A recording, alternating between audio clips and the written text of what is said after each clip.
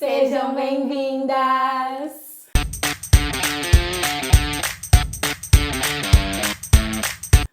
Oi, gente! Mais um episódio para honra e glória do nome do Senhor Jesus.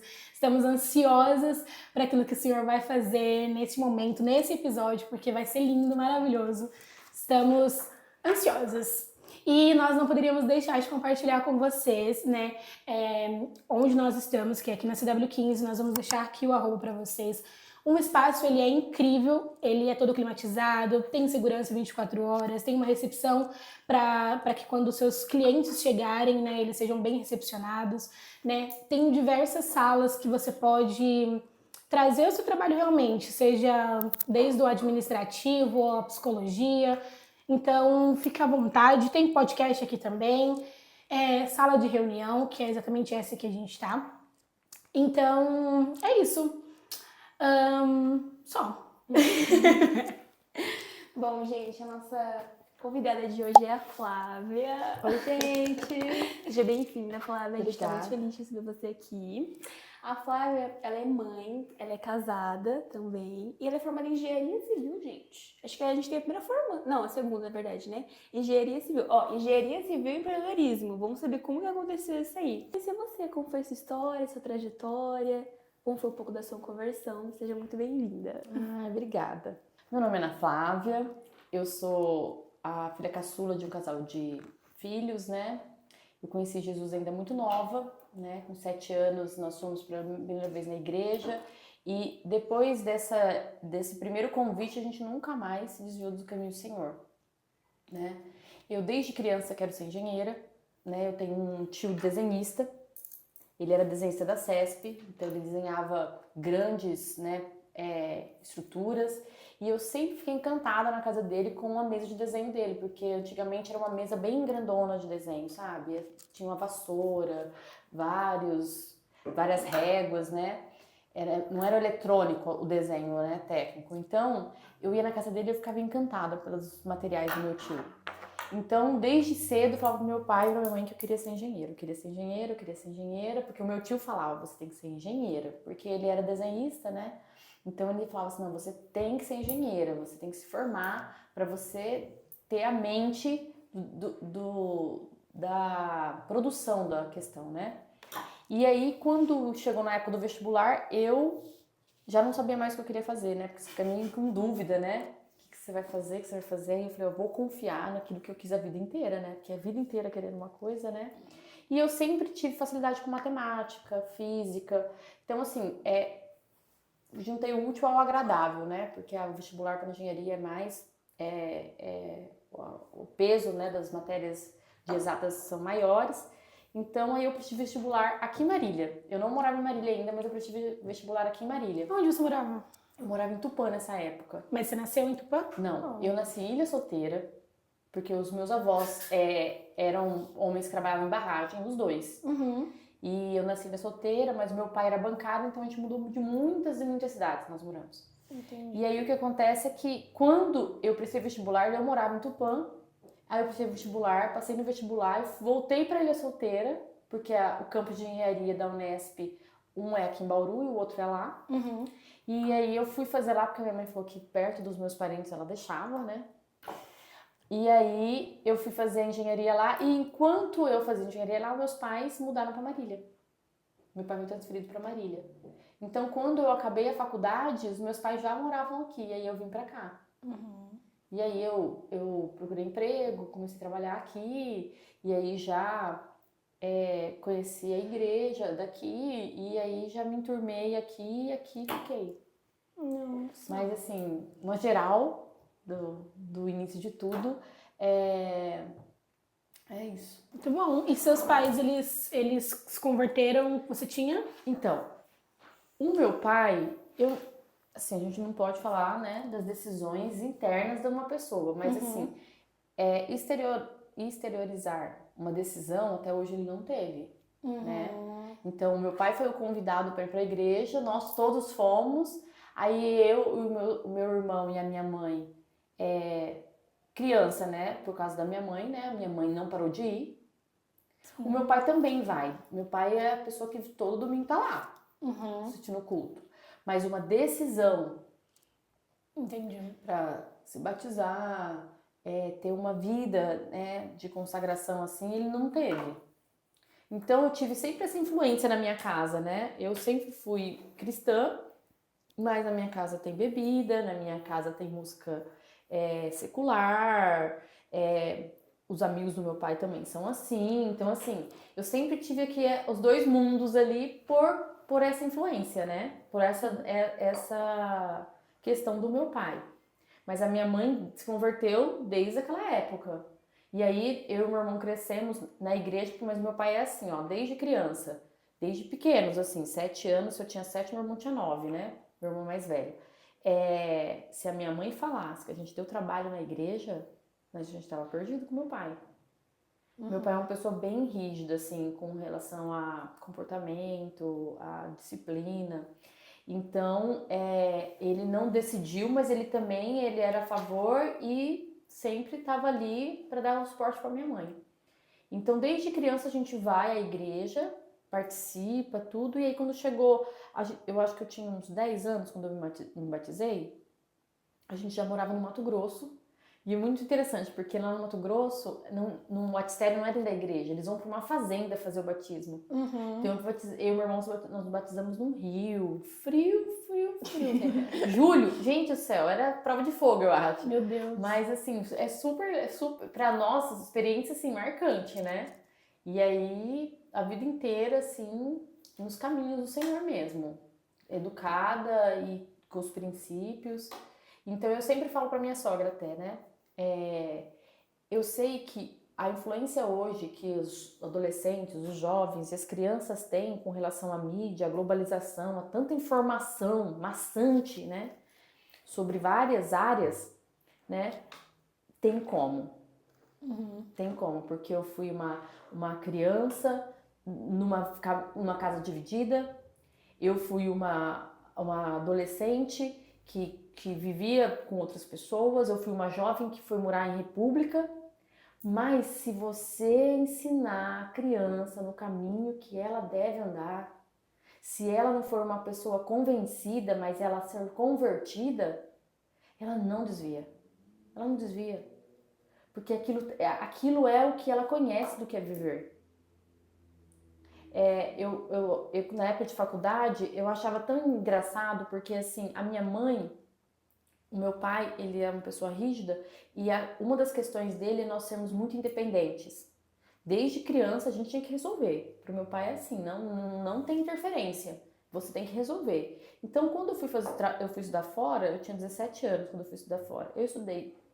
Eu morei com a minha avó 2 anos, depois teve um problema que eu tive que ir morar numa república, só que assim, a minha mãe não sabia nem aonde eram as casas que eu morava, porque eu morei umas 3 casas diferentes, com as mesmas pessoas, mas a gente teve que mudar de casa, né?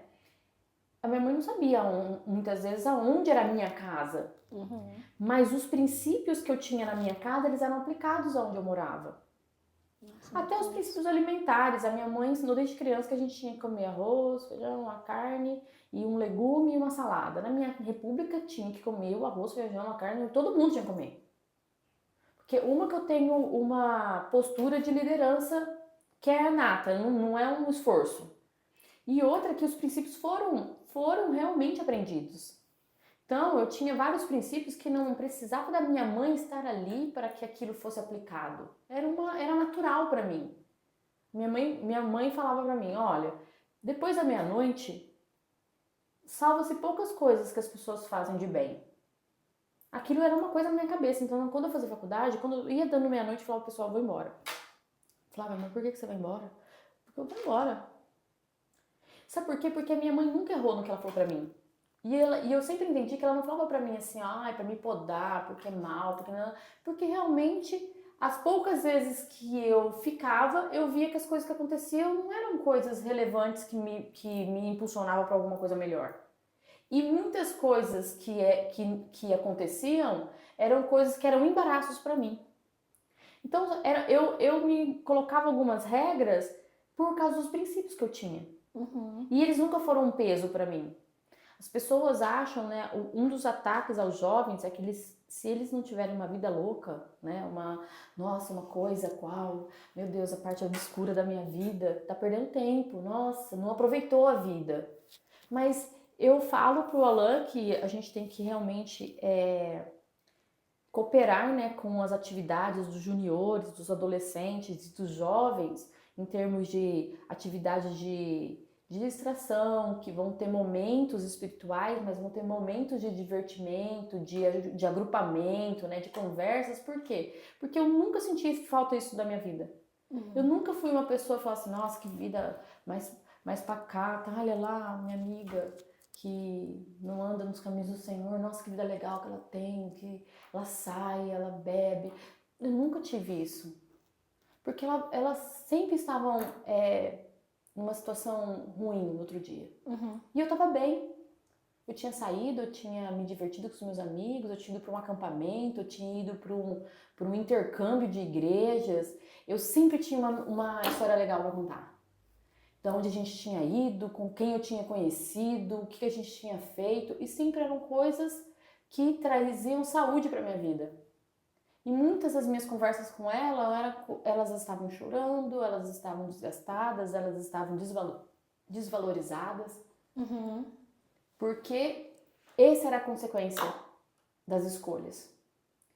Então eu acho assim, ó, que se você realmente ensinar, né, o caminho e eles realmente se converterem e entenderem os princípios, a vida tem o melhor para dar. O melhor para dar, em todas as faixas etárias, né? As pessoas às vezes falam para mim assim, eu não tenho problema com a minha idade, né? Eu tenho 43 anos, foram muito bem vividos em todas as faixas que eu passei. E quando você tem a vida bem vivida, quando você é criança, quando você é adolescente, quando você é jovem, você não tem um problema de estar querendo reviver etapas. Nossa. Né? Porque isso às vezes acorrenta as pessoas, né? Elas querem ser mais novinhas porque elas estão tentando aproveitar um tempo que elas perderam ou que elas imaginam que perderam. Mas quando você vive bem os seus anos, né? Você realmente gasta a sua vida em coisas de valor, eles são tão bem vividos que tá tudo bem. O ano vai passar para todos. E os anos que passaram para mim só me trouxeram as experiências e a sabedoria que hoje eu carrego. Porque se eles não tivessem acontecido, não acarretaria o conhecimento. Então, eu acho assim, ó, as crianças têm que ser realmente tratadas e desenvolvidas para encontrar a Cristo, um verdadeiro encontro a Cristo. Porque realmente elas vão crescer em sabedoria e conhecimento e elas vão fazer as próprias escolhas baseadas nos princípios. E aí não tem preocupação. A minha mãe nunca teve que se preocupar onde é que eu tava. Não tinha nem celular na época, né? Quando eu fiz faculdade de 2000 a 2005. E aí eu fiz 2 anos de mestrado depois. Eu tava nascendo, ela tava fazendo faculdade já. Exatamente. Sabe o que eu brinco com o meu marido? O meu marido nasceu em 1990. Falou pra ele, amor, nem Eduardo e Mônica a gente é. Porque na musiquinha lá, quando a Mônica se formou, ele passou no vestibular. Nossa, quando eu me formei, o Alan, tadinho, tava acho que no colegial ou na 8ª série, alguma coisa assim. Mas é isso. Entendi. Quantos anos tem seus filhos? Eu tenho o Luca, de 9, eu tenho o Rafael, de 6 e eu tenho a Sara, de 2. Que bonitinho, bem bebezinho. Bem tutoquinha. Ela é a princesinha. E você sabe que a Sara, eu nunca imaginei assim, eu quero ter uma menina e só tenho a menina. Não, eu sempre, na minha casa, o meu irmão é mais velho, eu sou a mais nova. E eu tenho essa fórmula na cabeça, o menino mais velho, o menino mais velho protege a menina mais nova. Então eu sempre soube que eu ia ter um menino, mas o nome Sara eu sempre tive, desde criança. A minha filha vai chamar Sara, minha filha vai chamar Sara. E aí eu tive o Luca. Beleza, certinho, né? O menino mais velho. Na família do Alan também, ele é o mais velho. Então o Luca certinho, mais velho. Quando veio o Rafa, eu falei assim, agora é a Sara. Aí veio o Rafa. Beleza. Mas aí eu sempre queria 2 anos de diferença. Então o Luca e o Rafa têm 2 anos e meio de diferença. Quando seria 2 anos do Rafa, teve a pandemia. E aí, né, foi aquele caos, todo mundo enclausurado. Pessoas próximas da gente perdeu o bebê, não sabia se era o vírus, aquela loucura, não sabia qual era as consequências de uma grávida pegar o vírus, né? Então, todo mundo com medo, né? E também a situação era trágica. Então, não, nem pensar, né? Mas aí a pandemia estendeu, né, aquele ano, aí no outro ano aquele negócio de abre e fecha, lá, e aí foi passando o tempo. Aí, em 2022, meu marido falou assim, olha, então, vai ter a Sara ou não vai ter a Sara? Eu falei, amor, tem várias questões pra ter a Sara e não ter a Sara. Por quê? Porque a questão era, na minha mente, né, que eu já falei pra vocês que não é dessa geração, é de uma geração pra trás, eu fui treinada como uma pessoa, uma mulher independente. Né? Porque eu sou fruto de uma evolução, né, que é tendenciosa a isso, né? Então, eu saí de casa, o meu irmão não saiu de casa, o meu irmão estudou e morou com a minha mãe. Eu fui a que saí de casa. Aí eu saí, morei 7 anos fora, fiz a faculdade, fiz o mestrado, voltei, comecei a trabalhar, sempre tive independência financeira, porque antes de ir para a faculdade eu já trabalhava como adolescente, eu trabalhava, aí chegou na faculdade eu tinha bolsa, chegou aqui de volta, comecei a trabalhar de novo, então financeiramente eu era independente, tinha uma carreira, né, porque o escritório que eu trabalhava era um escritório muito renomado, bem específico, a gente fazia cálculo estrutural de prédios, então eu viajava muito pelo trabalho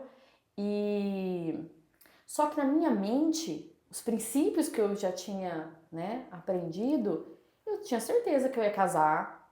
Eu não era aquela pessoa assim, ai meu Deus, será que eu vou casar? Não, eu tinha certeza que eu ia casar.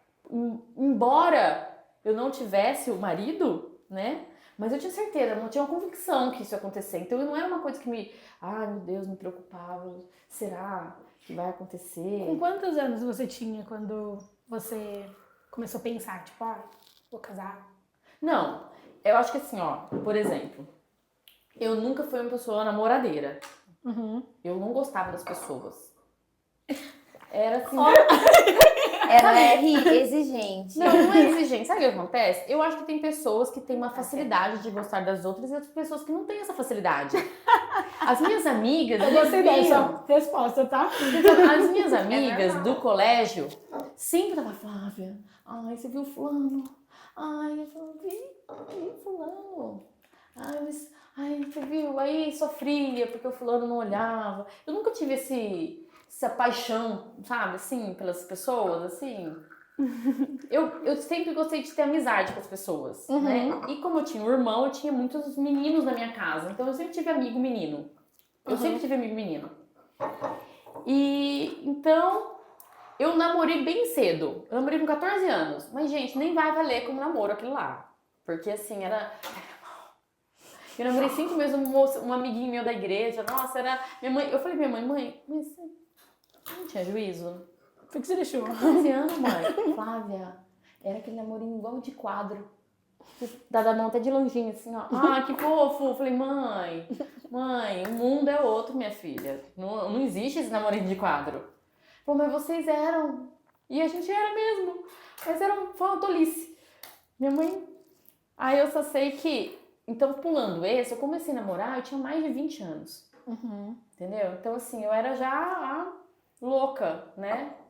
Encalhada aqui. Mas eu não me preocupava, porque eu era de boa, entendeu? Eu só não gostava das pessoas. Aí eu comecei a namorar um amigo meu da faculdade.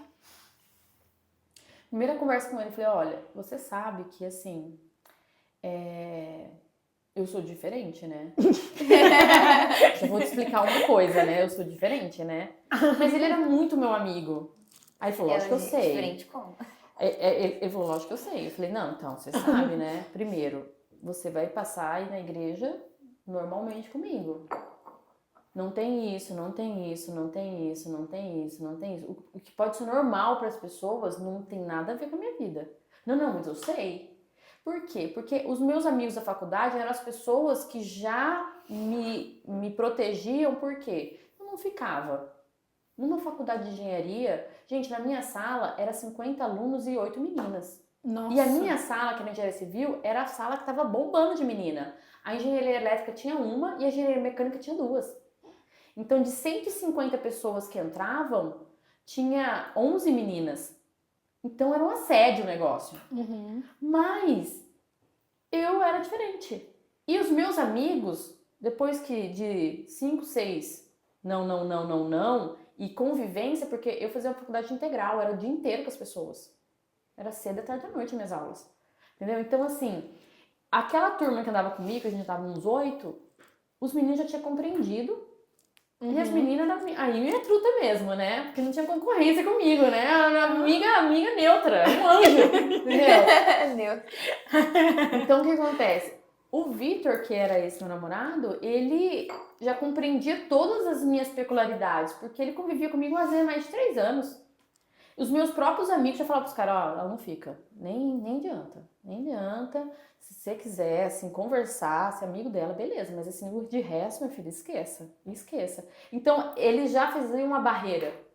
Depois de um tempo, eu não precisava mais eu falar pra pessoa, olha, passa bem, meu filho, vai com Deus. Eu não precisava, ele já era uma barreira que eu precisava. E aí eu comecei a namorar esse menino e eu namorei por muitos anos ele. Uma pessoa assim, ó, excelente em tudo. E vocês eram muito amigos. Muito amigos. E eu cheguei a noivar com o Vitor. Só que esse aí foi uma coisa que eu falei pra você no áudio que eu te mandei, né? Uhum. Que as pessoas, os cristãos principalmente, acham que julgo desigual só está falando sobre ser cristão ou não ser cristão. Viver um relacionamento com Deus e não viver um relacionamento com Deus. Mas o julgo desigual, ele abrange outras coisas. O Vitor era excelente. Cristão, quando a gente se conheceu, ele não era uma pessoa convertida, mas ele tinha um comportamento mais convertido que muito crente que eu conheço. Sim. Entendeu? Era uma questão de princípios, de família mesmo, né? Mas aí ele se converteu, tudo, mas mesmo assim, existe uma essência das pessoas. E eu sou uma pessoa do serviço mesmo, né? Eu quero estar envolvida, eu gosto de estar envolvida. Eu acho que o Senhor colocou alguns atributos em mim que eu tenho essa energia de movimento. Uhum. E o Vitor não tinha. Ele era aquela pessoa pacata, caseira. Ele ficava amigo dos idosos da igreja. Era uma coisa assim, atraía, sabe, assim. Mas uma excelente pessoa. Mas quando a gente... nós acabamos a faculdade, aí nós fizemos mestrado, ele passou num concurso, veio morar em Bauru, e eu depois vim para Marília. Então a gente namorou uma parte na faculdade e uma parte à distância, porque cada um morava numa cidade. Quando eu vim para Marília, rapidamente eu conheci o pessoal da igreja, e aí já me enturmei. Só que eu era a pessoa que era noiva, entendeu? Então eu continuava sendo o anjo da turma, entendeu? Pessoa neutra, que não ameaça ninguém. Sim. Só que que ele tinha ciúmes das pessoas da igreja. Porque o tempo que eu não estava trabalhando, eu estava na igreja. E outra que ele não tinha a vibe do servir e do estar no meio dessa multidão de gente, fazendo coisas. Não era a praia dele, né? E bem nessa época que eu comecei na igreja, foi a época que a igreja começou aquela movimentação de células, de multiplicação, do DIP crescendo. E aí um ano o DIP foi dentro da igreja, o outro ano o DIP foi no espaço T, no outro ano o DIP foi para Unimar, aquele alvoroço, né? E aí o meu pai, que é a pessoa assim que a gente acha que não tem o discernimento das coisas, falou pra minha mãe, olha, ele tá apertando. Ele vai fazer ela escolher entre ele e a igreja. E ela vai escolher a igreja. Mas não era a igreja. Era aquilo que eu tenho como propósito. Uhum. Sim. Então a gente tem que prestar atenção em tantas coisas quando vai escolher uma pessoa. Porque a questão não é só sobre ser cristão ou não. Porque dentro do mundo cristão existe muitas coisas. E se você tem um propósito e você se casa com uma pessoa que não tem um propósito alinhado, vocês vão viver uma vida assim, ou de uma pessoa podando a outra, ou vocês vão estar em caminhos diferentes. Fazendo coisas tão diferentes que vai pesar na balança da sua casa. E aí foi muito difícil a decisão, muito difícil, porque era uma pessoa excelente. Mas, e aí eu comecei a falar pra Deus, fala pra ele terminar comigo. Jogando culpa a Deus, ó Deus. Ele é o tô homem, jogando. ele é o cabeça, então ele termina comigo. E aí, ó, Deus, não. Aí teve um dia que eu peguei o carro, fui lá em Bauru com a Fernanda, minha amiga da igreja, nós conversamos, ele também tinha essa leitura, né, do nosso relacionamento, que tava assim, uma guerra fria. Era uma guerra fria o negócio. E aí, nossa, terminamos esse relacionamento. Eu, vendo as nossas vidas, tenho convicção do meu acerto, né? Porque o Senhor tinha muitas coisas preparadas, né? Mas tomar decisões é uma coisa de muito peso. Porque fora Cristo, o casamento é a maior decisão da sua vida. Porque a profissão você pode mudar, você não, né? Agora, com quem você vai viver o resto da sua vida, isso pesa muito na sua existência, né? E aí eu terminei com o Vitor em 2010 e eu tive outro relacionamento com um líder da igreja que foi a gente é cheio de erro na vida, né? Um poço de acertos e erros, né? Porque aí o que acontece? Eu falei, não, eu errei, sabe por quê que eu errei? Porque eu não peguei uma pessoa da pegada aqui, ó. Vou escolhendo da pegada. E aí, eu acho que eu fiquei tanto tempo namorando que rapidamente eu tava já envolvida com um líder, um amigo meu também, líder da igreja, mas assim, que aí faltavam outros princípios que eram importantes, entendeu? Porque assim, foi um foco em uma atividade da pessoa, né? E o resto tava explodindo. Não te cortando, mas só pra você acrescentar, como que foi pra você essa decisão de... Porque, assim, o noivado é uma coisa muito, assim, pra uma moça... Pé pro casamento. É uma expectativa absurda, meu Deus, eu vou me casar, né, eu vou construir uma família com essa pessoa. Mas como foi pra você ter esse olhar de que, assim, eu não consigo viver o resto da minha vida com essa pessoa? Como foi? E entender esse processo que você também passaria depois do final do noivado. Sabe o que acontece? Isso é uma coisa bem corriqueira no mundo cristão. Quando você não tem paz, tem alguma coisa fora do lugar. Porque Deus te dá paz com as suas decisões, né? Eu não tinha paz. E não é não ter paz assim porque eu e ele brigava muito. Não, a gente tinha uma guerra fria mesmo, porque a gente não brigava. Pensa você se relacionar com uma pessoa muito boa, muito íntegra, trabalhadora, honesta, que cuida de você. Não vai brigar com o quê? Não tem o que brigar. Mas a questão é, dentro de você, quando a gente fala que o Espírito Santo habita dentro da gente, isso é uma coisa muito séria, sabe por quê? Existe um templo dentro de você, que é a habitação dele. E você sabe quando dentro da igreja você está na paz ou você não está. Então, às vezes, eu tava dentro da igreja e eu tava aqui, ó, tava um turbilhão da minha alma. E aí eu lembro que na época eu era discipulada pela pastora Alessandra. E eu saí muitas vezes no culto e ela viu.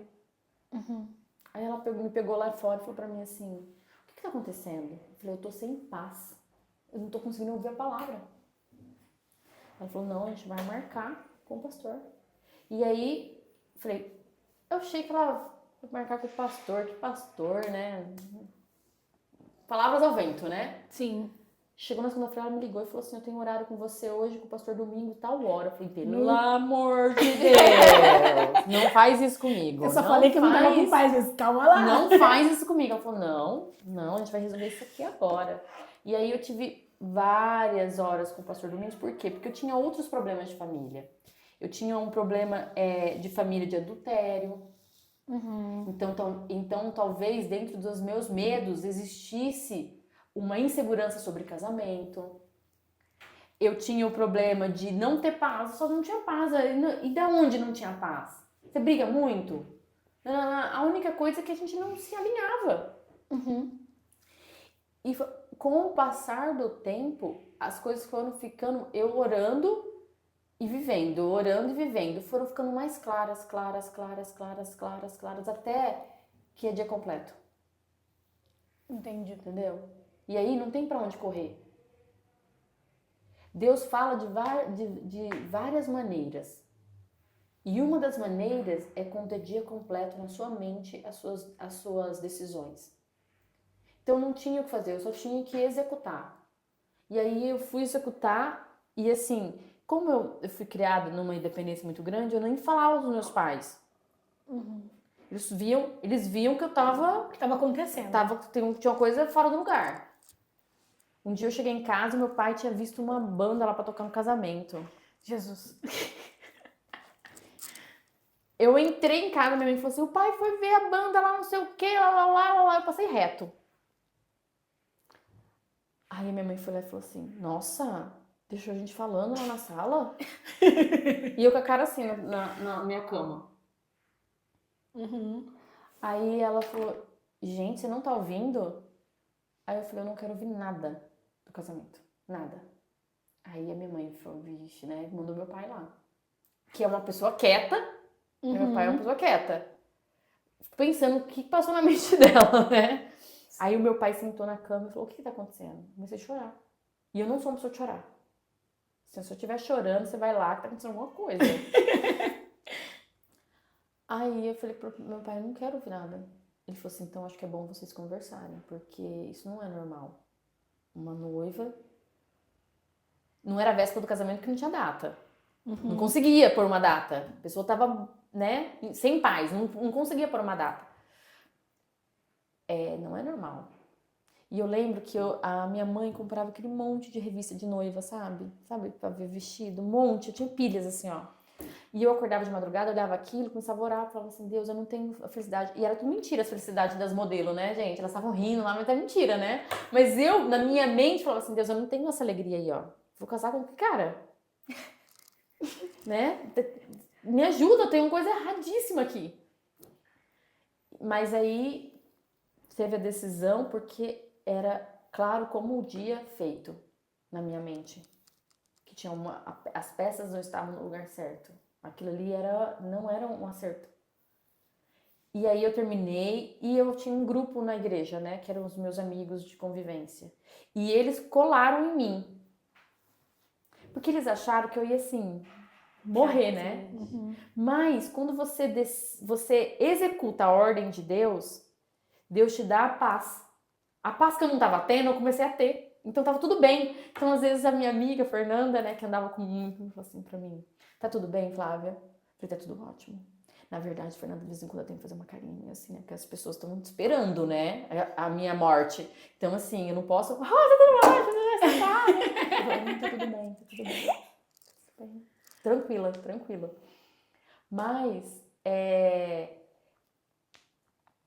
não foi fácil executar, né? Porque eu namorei no total com o noivado 8 anos, o Vitor.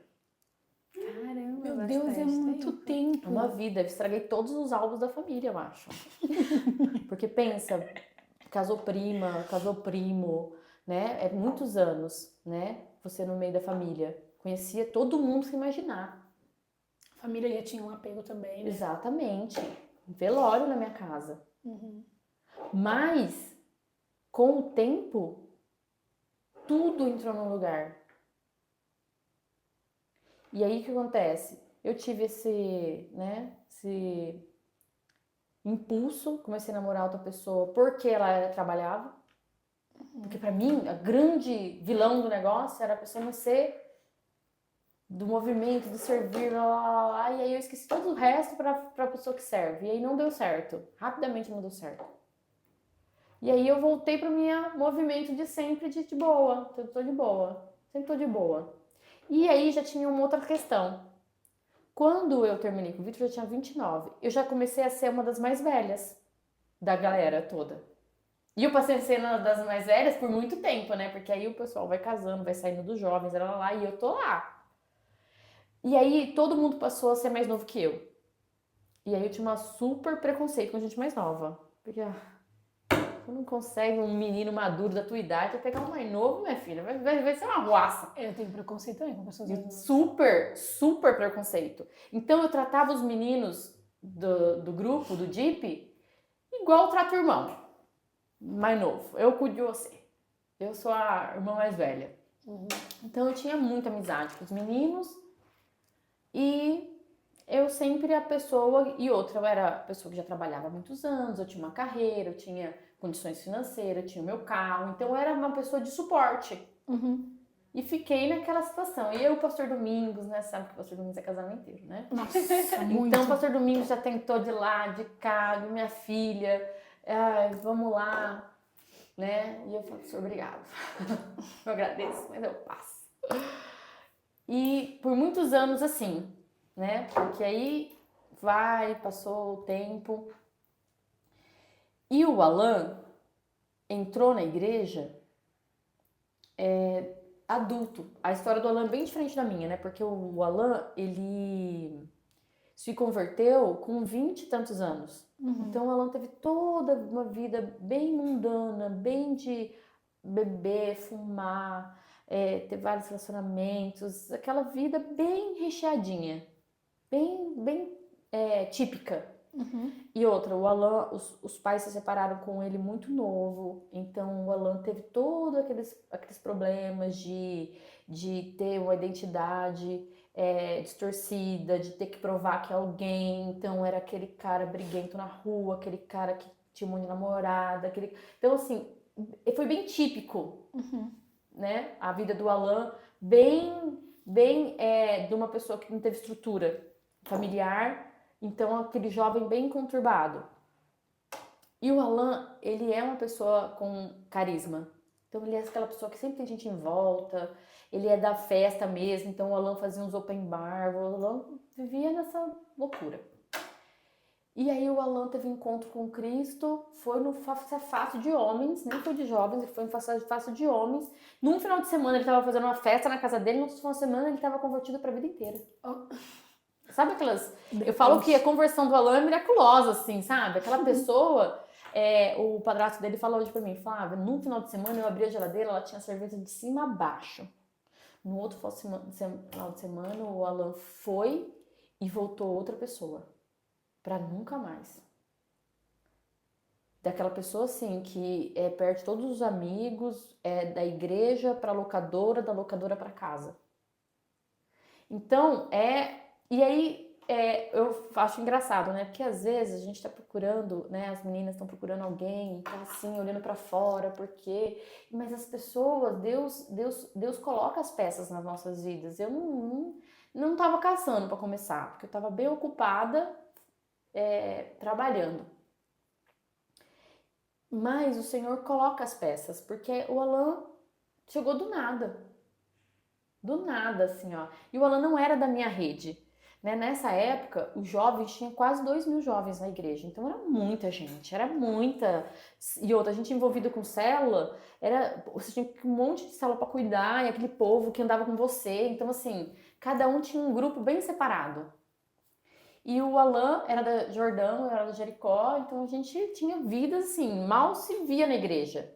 Eu conhecia ele porque eu já tinha ouvido falar dele por outras pessoas, mas assim, um menino novinho lá da Jordão. Nada a ver com a minha vida, né? E o Alan já entrou, se converteu e já começou a servir na igreja, ele servia na recepção, ele ia na intercessão e se envolvendo lá na rede dele. Até o evento de carnaval, onde juntava as redes para fazer o evento de carnaval, né? O DIP. E aí no DIP de 2014, o Alan entrou para trabalhar na equipe e eu já trabalhava lá, né? E as minhas primeiras conversas com o Alan, eu achei ele uma pessoa muito grossa, nossa, que menino zoado, né? Grosseiro, assim, seco. Eu sempre gostei de viagem missionária, desde criança. A minha mãe tinha certeza que eu ia ser missionária. E aí eu gostava, como eu trabalhava, nas minhas férias eu ia fazer viagem com o povo da igreja. E aí eu queria ir pra África e eles estavam fazendo uma cantina pra África lá. Eu fui falar com o Alan, Gente, monólogo. Porque eu falava e só fazia não. Eu falei, gente, não dá pra conversar com essa pessoa. Não vou nem na esquina com esse menino, porque, meu Deus. Mas, como o Alan tinha tido muitos problemas, né, com o relacionamento, uma das questões que ele tinha falado pra Deus era que ele não queria errar nisso mais. Então, que ele queria que Deus separasse a esposa dele, que tinha que ter A, B, C, D, E, F, G, H, qualidades X, e que ele não queria embaraço com as meninas da igreja. Então, ele tratava as meninas bem no seco mesmo. Mal eu sabia que era um veneno bom. Verdade. É um veneno ótimo, entendeu? Mas, gente, falei, não tem condição desse menino, não tem, não nem conversar com a pessoa.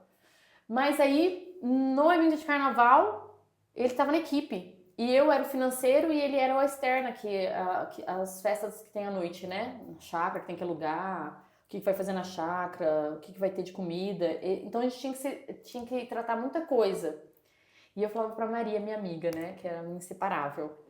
Ainda bem que a gente só tem que conversar com ele aqui no VIP, na conferência. Porque o resto do ano, Jericó, Jordão, minha filha, a gente tá assim a léguas, né? Porque, menino grosso, hein? Nossa, tá achando que eu tô a serviço dele aqui. E aí foi, mas aí o que acontece? Eu falei pra Nai, tava falando pra Nai que quando você vai fazer um evento, não sei se as meninas trabalham nos eventos, assim, da igreja ou de qualquer, da empresa de vocês. Quando você gera o evento, você cria o evento, todo mundo tá feliz. Tá interessado. Não, vamos fazer, vamos acontecer, o evento, não sei o quê. Tem 50 mãos ali pra te ajudar. Quando chega no começo do evento, assim, ó, vamos trabalhar agora, já diminui pra 30. No meio do evento, já diminui pra 15. No final, meu filho, pra fechar as portas e guardar as coisas, só tem 5. É sempre assim. E a gente tava acostumado, já vinha com os eventos, eu tinha feito 2 acampamentos, já tinha feito um deep, na igreja. Então, assim, já sabia que ia sobrar os 5 indinhos de sempre. E aí, pra nossa surpresa, o menininho novo era um indinho bom, entendeu? Pegava o breu pra fazer as coisas, não sumia no fim, tava lá. Falei, olha, Maria, é grosso, mas trabalha. Educação a gente ensina. Agora, ficar aqui até o fim, ninguém consegue. E aí, mas o que acontece? Nesse movimento do DIP, o Alan viu em mim as características que ele estava pedindo para Deus.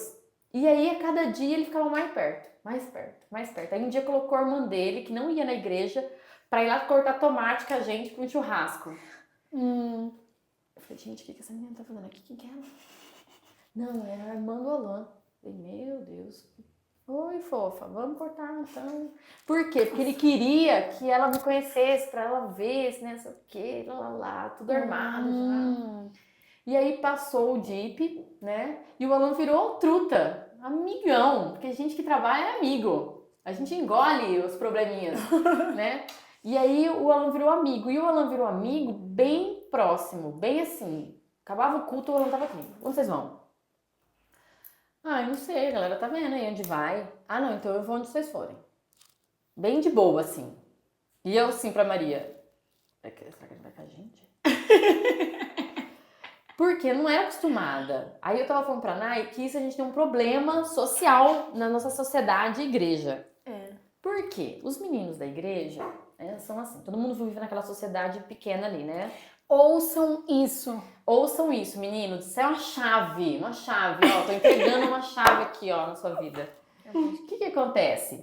A gente vive nessa sociedade menor que a igreja. Convive com as meninas, às vezes por muitos anos. Aí você começa a orar, né? Faça isso, faça uma lista do que você quer na sua esposa, uma lista e ore. E aí você começa a perceber que a sua amiga tem essas características que te interessam. Mas aí qual que é o problema da igreja? Um tabu. Como eu vou revelar os meus sentimentos a ela e levar um não aqui nessa pequena sociedade onde eu vou ser exposto e as pessoas vão saber e aí eu vou ficar como? Mas é uma falsa proteção. Por quê? Porque está inserido no homem, a liderança da casa. Então a sua futura casa, quem vai liderar é você. E o homem, como líder, tem que ter a atitude. Porque foi ao homem dado o poder de conquista. As mulheres, elas precisam ser conquistadas, elas não têm que conquistar nada. Não tem que conquistar nada. Então, as meninas aguardam e os meninos tomam atitude. E aí, o que acontece? O Alan era esse menino, sabe? Porque ele não tinha esse viés na mente dele de exposição, que, na igreja, ele não tinha isso. O Alan não tinha isso, ele tinha, assim, a convicção. Eu pedi, fiz uma lista, eu pedi e ela tem. E ela é isso, ela é aquilo, lá, vou falar. E aí, num dia lá, ele falou pra mim, eu preciso falar com você. E eu achando que era coisa da igreja, eu falei, não, beleza, vamos conversar. E aí, minha filha, o menino, sem nenhum problema, falou, olha, eu orei, desde quando eu me converti, eu falei pra Deus que eu não queria errar, lá. Deus me respondeu e é você a mulher pra eu casar. Gente, a minha cara não sabia onde enfiava. Não sabia onde enfiava. Nem chance de falar não. Não, eu fiquei chocada. Por mais que eu não sou essa pessoa, então vamos orar, passar um tempo orando para ver se é de Deus. Eu não sou essa pessoa. Nunca fui. Nesse dia, eu fiquei tão sem palavras que eu falei, então vamos orar. Ele falou, não. Ora você, porque eu já orei. Eu falei, Jesus, ainda leva uma lata aqui, ó. Nem sou de falar essas bobeiras.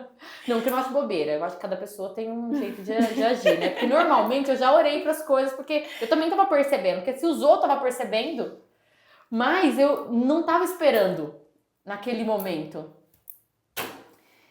E aí eu falei pra ele assim, olha, eu preciso pensar. Mas eu também estou orando por você. Né? Tô com vergonha, mas eu vou ter que falar. Né? Porque eu já percebi.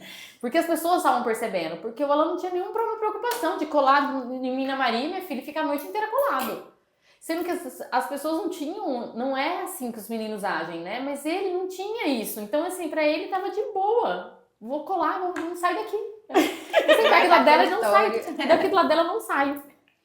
Então, aí nós começamos a namorar. Eu lembro até hoje. Foi no dia do casamento da Evelyn e do Osias.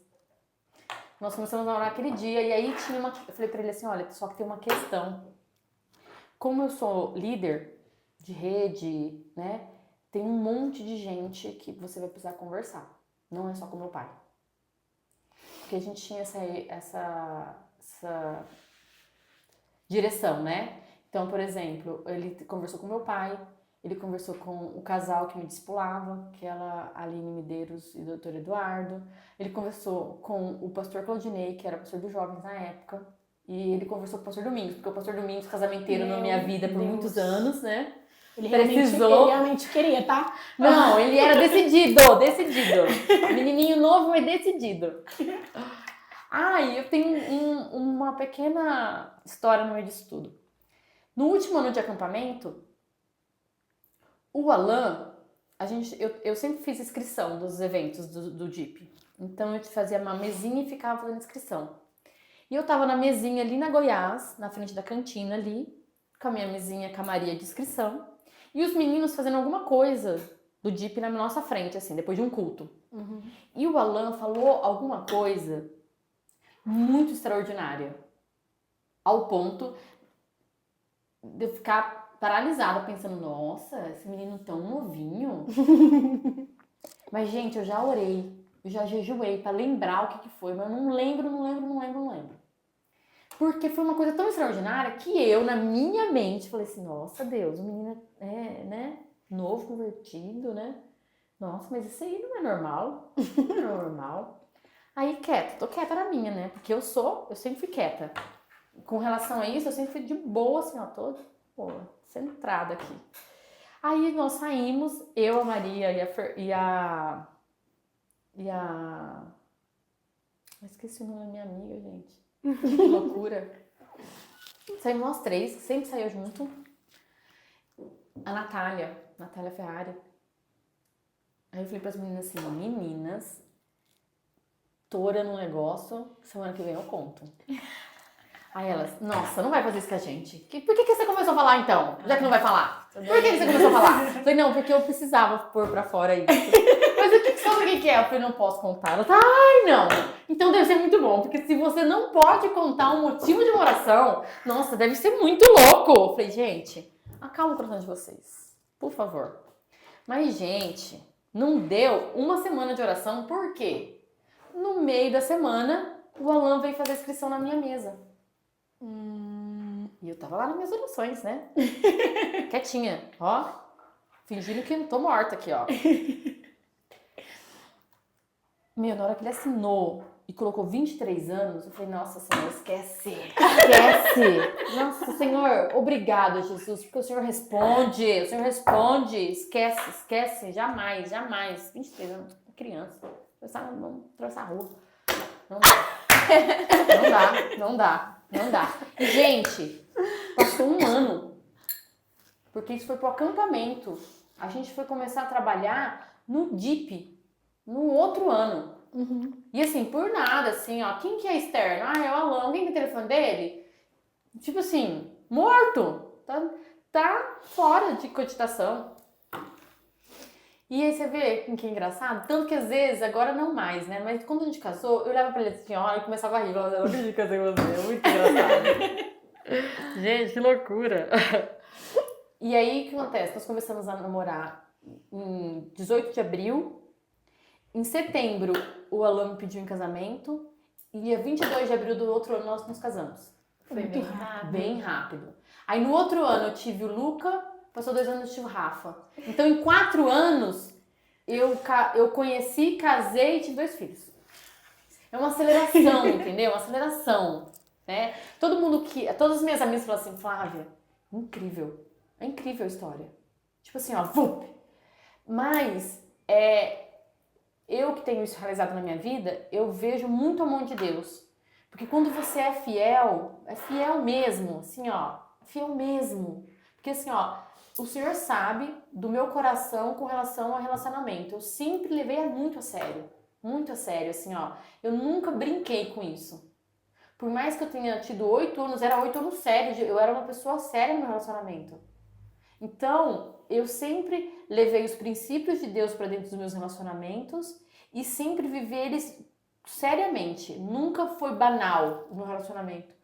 E Deus honrou com o meu casamento, porque o meu casamento não é só um casamento, eu sou alinhada com meu marido, de verdade, assim, ó.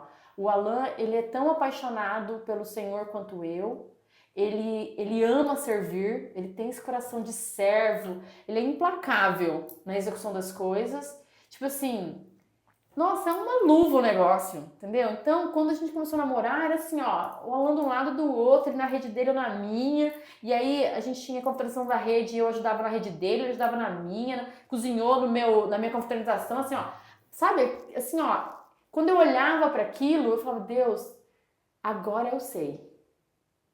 Quando era a luz do dia, a falta de compatibilidade, agora eu sei. Então, Deus, ele faz infinitamente mais do que a gente pede mesmo. Porque eu tinha várias coisas boas naquele relacionamento, mas tinha uma essência. E essa essência tem a ver com o nosso propósito, com o meu e do Alan. Então, assim, E aí tem a questão da idade, né? Que aí eu tive que quebrar, né, isso dentro de mim, né? Porque quando a gente começou a conviver e dava tudo certo, e a gente era amigo, e aí ele me ajudava nas coisas, assim, eu via que ele tinha a maturidade que não era a idade dele que dizia. Porque o outro, por exemplo, que eu namorei lá no intervalo, né, era da minha idade, não tinha a maturidade, não conseguia ter um compromisso, era uma pessoa descomprometida, entendeu? Então, não é a idade em si que ditava isso. Então, eu vivi na minha vida o acelerar de Deus, que é a recompensa, né, daquilo que você realmente entrega. Podemos acabar por aqui. Podemos acabar por aqui. Obrigada, meninas. É isso aí. Vamos ter fé. Nossa, Muito bom mesmo. que episódio. Não, eu tô esperando as perguntas bombásticas. Tá, então a gente vai começar. Vamos começar. Vamos Começar agora, galera. Vamos, eu vou tomar todo o café de vocês. Como foi o seu processo no mundo dos negócios? Você já imaginou trabalhar com o que você trabalha hoje, fazer o que você faz hoje? Então, vamos alinhar o que é isso que vocês estão falando? Porque o que vocês acham que eu faço hoje? Olha, complicado, porque a gente procurou bastante, mas a gente não achou muito. Não tem nada. Por quê? Vou explicar. Eu saí da faculdade e entrei nessa empresa que é o Ávila Engenharia. Trabalhei lá 16 anos. Sim. Me desenvolvi em vários aspectos nessa empresa. Eu sou muito, muito, muito grata ao Ávila, né? Por quê? Porque ele não só me desenvolveu tecnicamente, como ele me desenvolveu em áreas que a faculdade não se aplica. Que é gerenciar pessoas, gerenciar projetos, ter o convívio com a solução mesmo, porque o engenheiro ele é formado para resolver problemas. Por isso que tem muito engenheiro em áreas financeiras, por quê? Porque essa é a mentalidade da engenharia. Aí tem a parte técnica, né, tem uma que é elétrica, outra é mecânica, civil, lá. Esses 16 anos me forjaram em várias áreas. Só que eu tinha uma questão. Por mais que eu tivesse uma carreira muito bem sucedida, porque eu ganhava muito bem, eu sempre achei que quando você tem uma família, aquilo é o primeiro valor que você tem.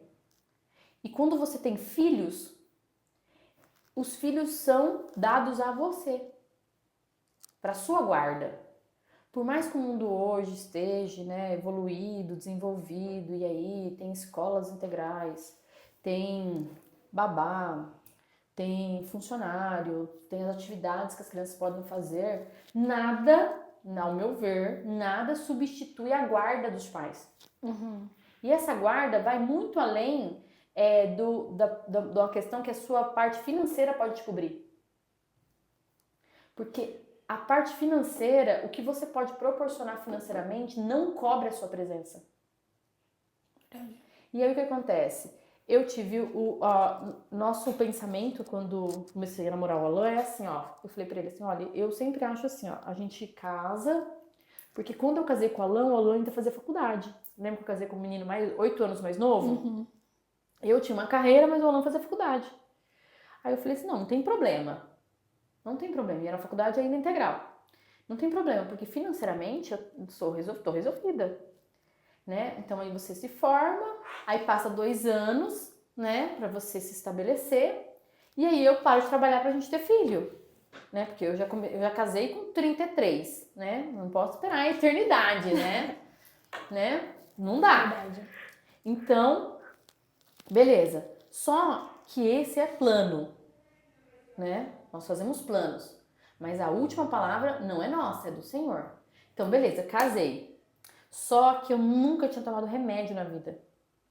Pensa uma pessoa de 33 anos que nunca tomou remédio na vida, não sabe tomar. Então, foi me apresentado ali, vésperas do casamento, o remédio. Olha, você segue assim, assim, assado, tá, fofa? Ó, assim, tá? Ai, beleza, lindo. Não foi lindo, eu não soube tomar, zoei o plantão lá. Então, com 2 meses de casado, eu engravidei. Meta! Essa é a minha meta. Meu, e pior, não sabia que tava grávida. Então, a gente é muito do esporte, eu e o Alan. Viu? Aí teve um campeonato de futebol de salão, e ele participou e eu participei. Eu tinha um time, eu participava de um time de meninas. Joguei o campeonato inteiro grávida. Não sabia? Aí... Mas eu era preocupada com remédio, mas não consegui ser, não consegui ser regrada o tanto que devia. E aí um dia eu falei pra ele assim, olha, eu perdi uns remédios essa semana, eu vou parar, né, para o ciclo vir certinho, e aí eu começo de novo. Aí não vinha. Aí fomos à médica, eu tava grávida do Luca. Chorei igual uma condenada, por quê? Porque eu tinha um plano na minha mente, né? Que eu devia conseguir executar. E eu acho que isso são particularidades de Deus com você, né? Porque eu sempre tenho as coisas bem na rédea. Mas não é essa vida que Deus propõe. Não tá na tua rédea as coisas, né? E aí eu chorei um monte, mas assim, ó, o Luca é a graça de Deus para nós. O Luca é uma bênção, assim, ó, desde o primeiro dia que a gente descobriu que eu estava grávida, o Luca é uma bênção. E aí o tempo do Luca nas nossas vidas é muito bom também. Então aí eu fiquei grávida do Luca. Então o Luca nasceu em março de 2016. E aí o Luca é uma bênção. E aí o que acontece? Então, aqueles 2 anos do Alan não existiram, certo? Quando o Luca tinha 9 meses, o Alan tava se formando. Então tem na formatura lá o Alan de jaleco e o Luca com jalequinho que a gente mandou fazer pra ele também. Gente. Um bebezinho. Então, tudo saiu da rédea, né? Dos planos.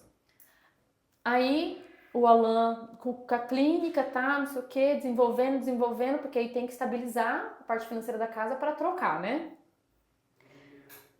Aí eu falei, mas eu não quero as crianças longe uma da outra. Porque aí o Luca nasceu, aí ficava o Luca com a minha mãe e com a minha sogra, porque eu trabalhando. Aí falei, olha, eu não quero as crianças, por mais que a gente ainda não conseguiu fazer o passo, eu quero que eles estejam perto um do outro, porque no futuro eu não posso ter posto tudo a perder por causa de um capricho que, né? Então, fiquei grávida do Rafael. O Luca tinha 1 ano e 6 meses, sei lá. Aí, fiquei grávida do Rafael. Trabalhando. E aí, o Alan no consultório. Aí, o Rafael nasceu em 2018. Ainda não dava. Só que aí começou a apertar dentro de mim outras preocupações, porque se você estudar psicologia, fala que até os 7 anos a criança tem um caráter, a base do caráter formado. E o tempo do Lucas estava sendo contado. E eu trabalhando. E o meu trabalho nunca foi um trabalho assim, tranquilo, das 8 às 6, de boa. Não. O meu trabalho era frenético. De eu acordar, de eu entrar à noite e sair à noite. E pior, quando saía, já saía, assim, esgotada. Não tinha... Era alucinante o negócio. Por quê? Porque quem mexe com o projeto tem data para entregar, não interessa a hora. Não interessa o dia.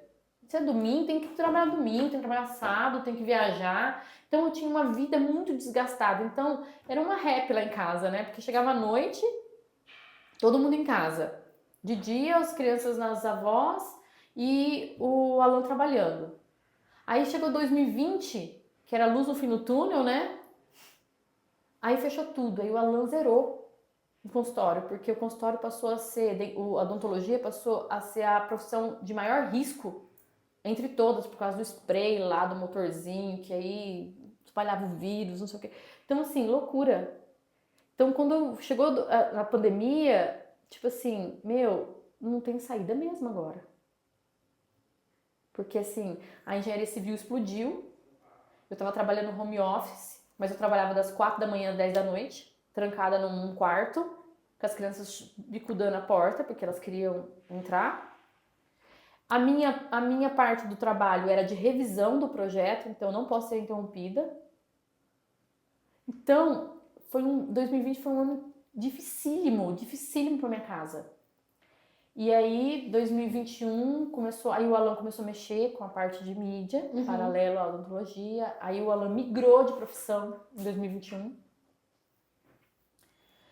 E a gente com o tempo do Lucas sendo contado.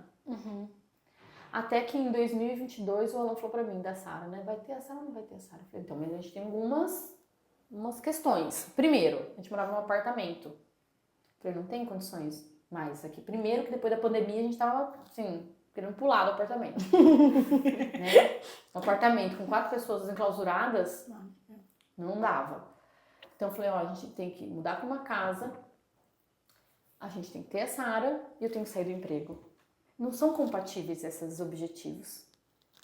Mas aí tudo depende da ótica que você dá para as coisas. Porque quais eram esses objetivos? Eram só meus, mas eu tinha convicção que eles eram do Senhor também.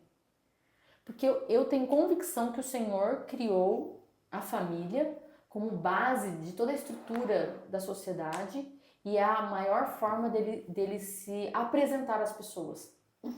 É com a família. E como que a família, para mim, a família é bem estruturada? É quando cada uma das pessoas dessa casa desenvolve o seu papel segundo a palavra de Deus. E o papel da mulher, para mim, não é ter uma carreira.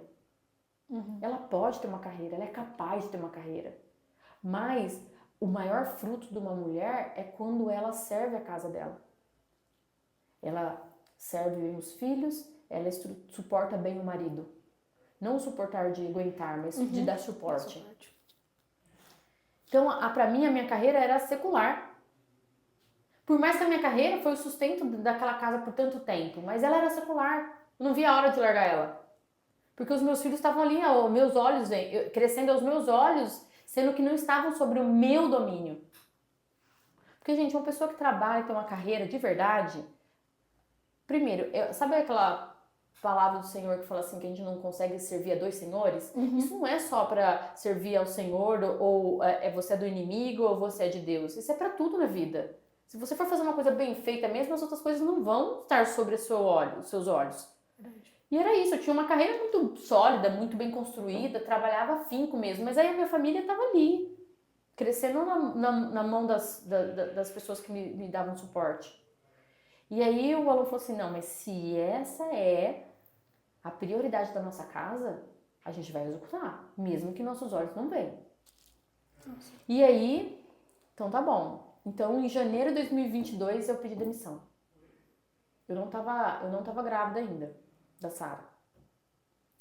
Aí, meu chefe ficou chocado, né, porque não esperava, né, mas eu falei, não, mas eu entendo, né, a minha posição. Então, a gente tem até julho, eu vou sair em julho. Até julho para organizar. Eu treino uma pessoa, a gente repassa as empresas que estão sobre, né, a minha guarda, e aí, de boa, né? Mas não, ali no escritório não dava, né? Tava muito corrido, lá. No final das contas, eu fiquei até dezembro. Eu tive um aviso prévio de 1 ano. Nossa! Mas, né, eu sou tão grata a tudo que eu aprendi ali, como eu fui ensinada, que, assim, foi como devia ter sido mesmo. Mas, nesse meio tempo, eu engravidei em julho da Sara. E eu não queria passar aquela gravidez de novo dentro do escritório, porque era muito estressante, né? Eu falo para os meninos tiveram umas faias aí, ó, porque, coitado, passaram um nervoso. Mas aí o que acontece? Eu passei por todo esse tempo, né? Esse ano. Vai sair. E aí, quando eu saí em dezembro. Quando a gente saiu de férias do coletivo do escritório, eu saí mesmo, né? E aí são outras as lutas. Por quê? Porque uma das ciladas, né, dessa nossa geração é sobre a sua identidade. Você é a Nai mesmo? Ou você é a menina da mídia, né, do exterior? Você é quem você é? Ou você é a sua profissão? Porque quem era a Flávia sem ser engenheira? Porque isso aí é outro caos dentro das pessoas, das mulheres, porque elas viraram a carreira delas. Nossa, é verdade. Né? E aí quando eu queria aquilo, né? Eu desejava ficar na minha casa, cuidando da minha família, principalmente cuidando da educação dos meus filhos. Mas o primeiro ano ali de 2023 foi um ano de muita luta psicológica. Porque os nossos valores das sociedades estão totalmente ligados à sua produção.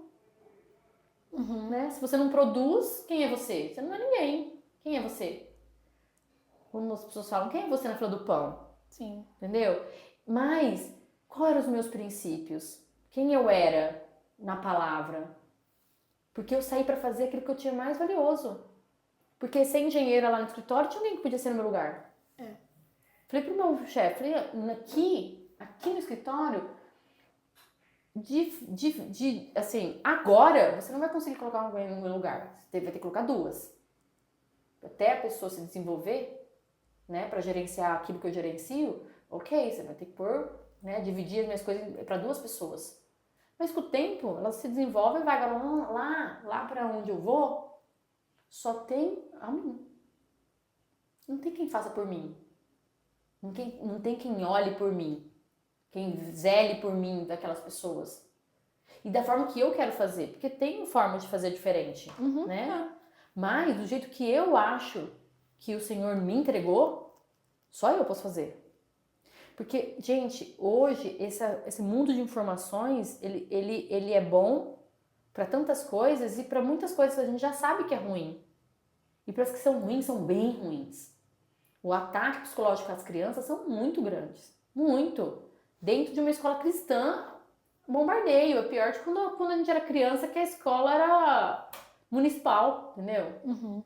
Porque é muita informação, muito entretenimento, muito desenho, muita atividade.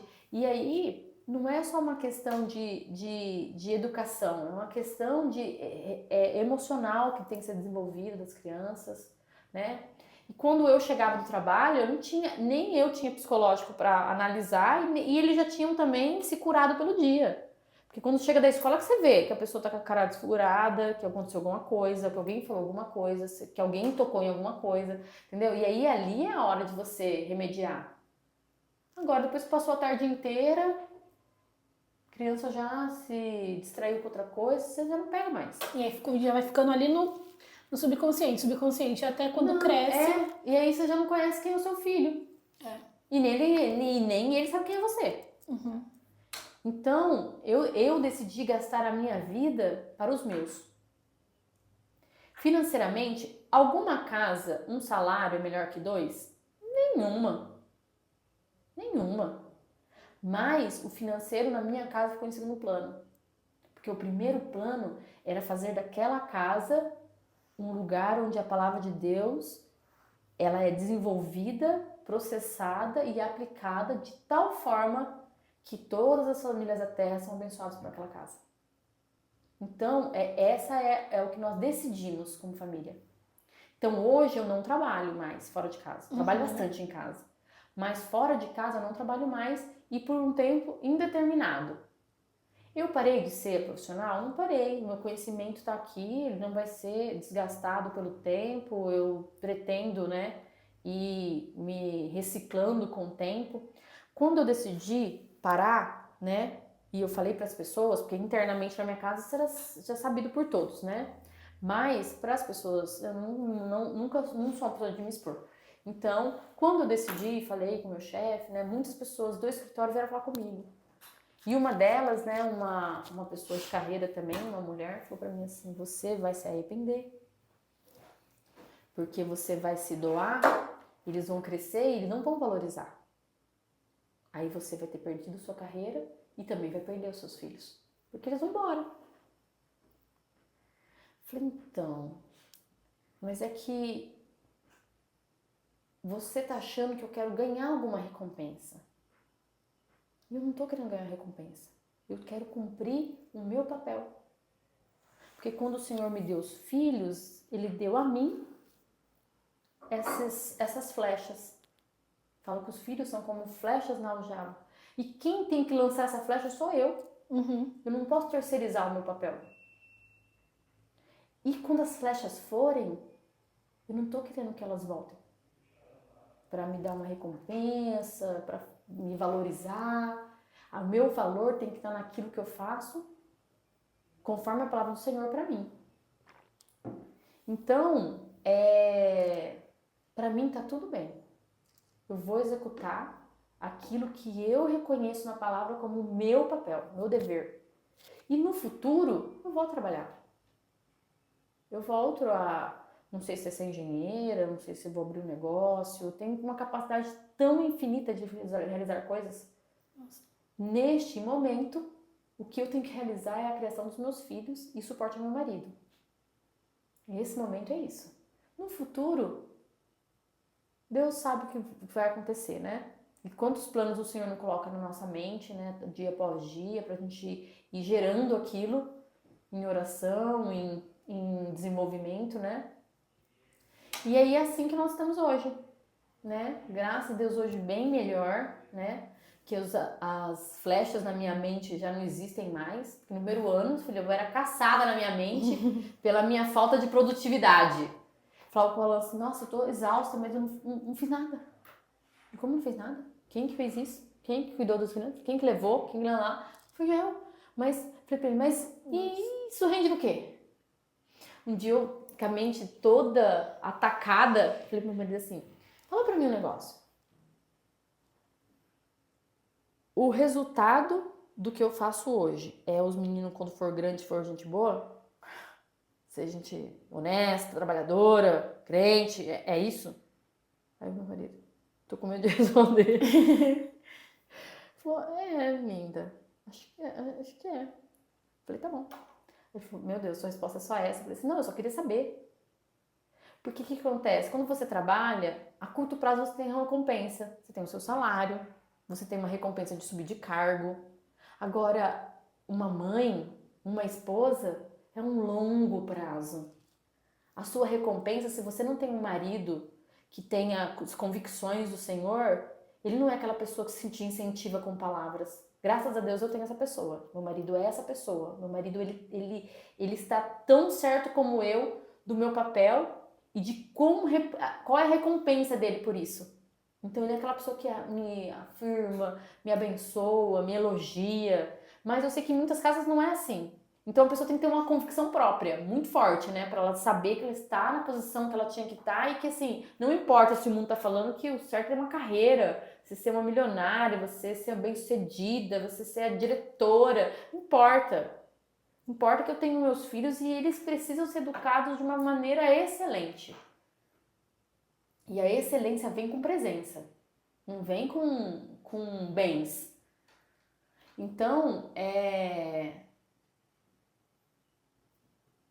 você tem que trabalhar todos os dias o seu princípio para que aquilo se torne realmente gratificante. Porque é gratificante você ver resultado, né? E resultado em pessoas. Nada, vocês não têm filhos ainda, mas não existe um prazer maior do que você ver. Primeiro, é uma coisa incrível você ver que aquela pessoa saiu de você, né? Eu converso com meu filho de 9 anos hoje, né? Que é uma pessoa já... uma criança que já tem próprios pensamentos, né? Eu acho incrível como ele saiu de mim. Meu Deus! E outra, não é manipulável aquilo ele tem pensamento próprio, né? Ele tem as próprias formas de analisar as coisas fora do meu contexto, fora daquilo que eu posso controlar. E aí quando você vê os resultados de dia após dia de aplicação, né, conceitos saírem de uma boca que você não foi você que falou, ele chegou àquela conclusão. Isso aí não tem coisa mais gratificante que isso. Nenhum projeto realizado, nenhum prédio construído, não existe. Não existe, porque assim, aquilo pode gerar uma potência, uma propagação da glória de Deus que nada que eu executasse com o meu trabalho. Vocês notaram? Vocês notaram que eu falo bastante. Não, mas assim, Juro. Tô amando. Nossa, meu Deus. Esse episódio tá maravilhoso demais. Demais, demais. Cadê a bombástica? Cadê? Então, eu não tenho. Não tenho. Não, Nai, eu tava esperando aqui, ó. Não tô tem, nervosa, ansiosa pra ver, ela vai me pegar. Porque Olha, ela é que falou assim, tudo. Ela falou tudo. perto do que você falou, a nossa pergunta é bem forreba. Então, não tenho. Eu prefiro não falar, porque... Não, gente, dá as perguntinhas pra mim. Não, é sério. Mas, Giovana, fala aí que você tinha uma boa. Eu tenho uma pergunta aqui.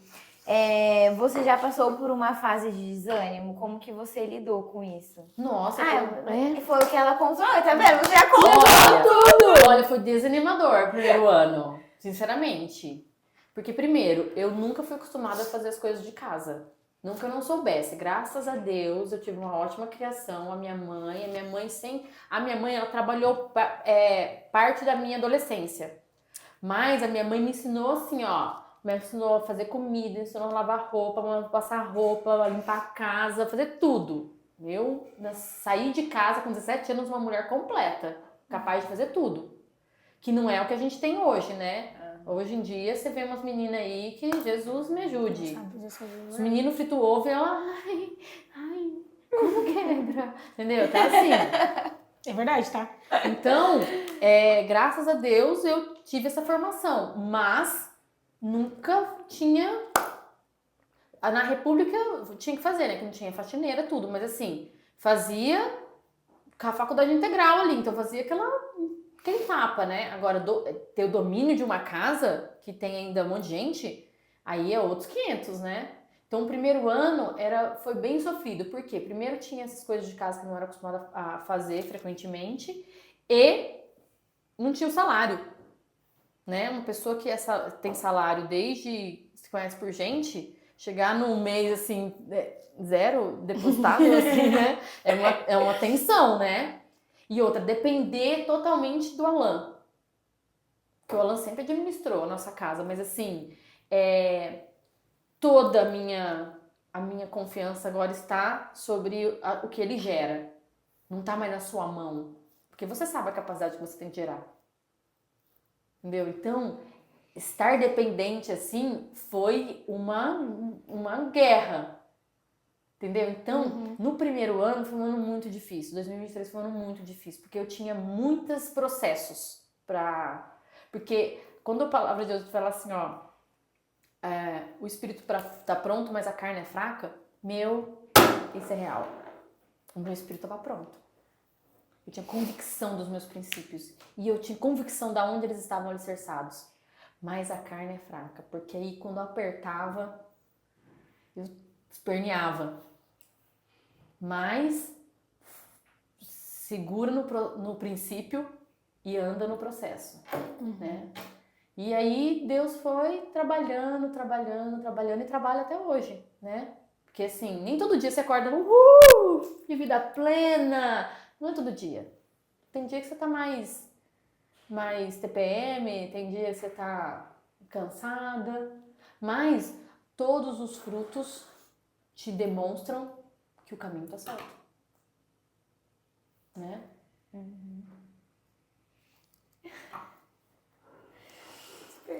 Eu espero que vocês tenham gostado desse episódio, porque assim, Oi, se gente. vocês assim, não tem como. Foi maravilhoso, de verdade. A gente vai te trazer aqui um outro dia, porque Não tem mais o que falar, vou falar do quê? a gente vai uma temporada sobre maternidade. Meu Deus! Não, de verdade. De verdade, Deus tem feito grandes coisas na sua casa. Amém. E eu tenho certeza que muitas empresárias que estão assistindo vai olhar esse episódio com muito carinho, porque a gente cuida muito das coisas lá de fora. E algumas, infelizmente, esquecem do principal, do que é o principal que nós mulheres somos chamadas para fazer, né? E realmente, os filhos estão crescendo, a vida está acontecendo e você está tão preocupada com o seu financeiro, com em abrir mais uma empresa, com fazer outras coisas e os seus filhos estão se perdendo. Estão se perdendo porque, assim, a escola é um processo, a faculdade é outro processo, o curso que ele faz é um outro processo. E é tudo muita coisa na cabeça dele. E se não tem alguém ali não, peraí, vamos sentar aqui, o seu princípio é esse, vamos voltar. Porque educação é isso, você vai falar várias vezes, você vai ensinar várias vezes. Não, educar dá trabalho, né? Exatamente. Então... Deixa eu te falar uma coisa que eu acho muito importante sobre as crianças. Eu tenho como meta que até a vida espiritual que a gente vive, a gente precisa chegar num nível mais alto. Porque eu tenho convicção que aquilo que é o nosso teto vai ser o chão dos meninos, né? Então nós temos buscado nos aprofundar, porque aonde a gente chegar, eles chegam com a gente, não tem como, né? Uma família que vive junta, né? Aonde eu chego, os meus filhos chegam, né? Sim. Se eu vou pra neve, meus filhos vão pra neve. Então, aonde eu conseguir chegar espiritualmente é da onde eles vão começar. Então, a gente está se desenvolvendo, né? Eu comecei a ler, eu sempre trabalhei nas equipes, mas eu nunca fui nem da intercessão, nem do profético, né? Mas eu comecei a me envolver.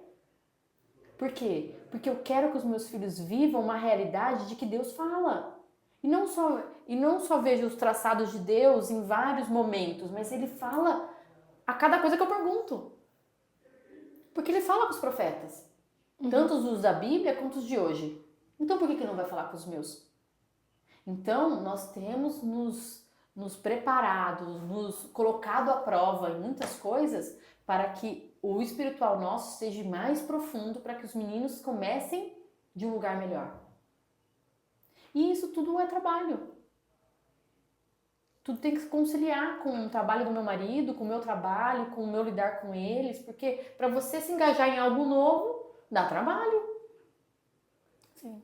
Então, existe tantas esferas que você precisa trabalhar com os filhos. A espiritual é uma delas. É. E é sobre isso, gente. Beijo, beijo. Muito obrigada a todos vocês.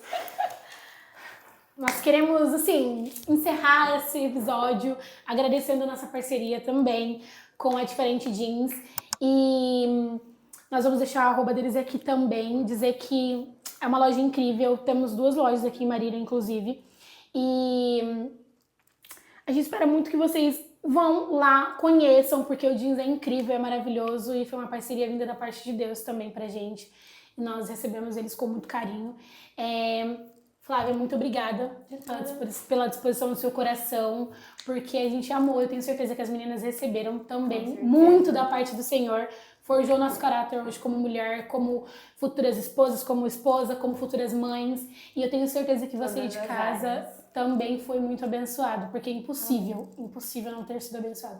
Amém. Que você e sua casa possam realmente viver ainda mais a glória de Deus, porque muitas pessoas vão conhecer através da vida de vocês, viu? Amém. Obrigada. Gente, é isso. Um beijo.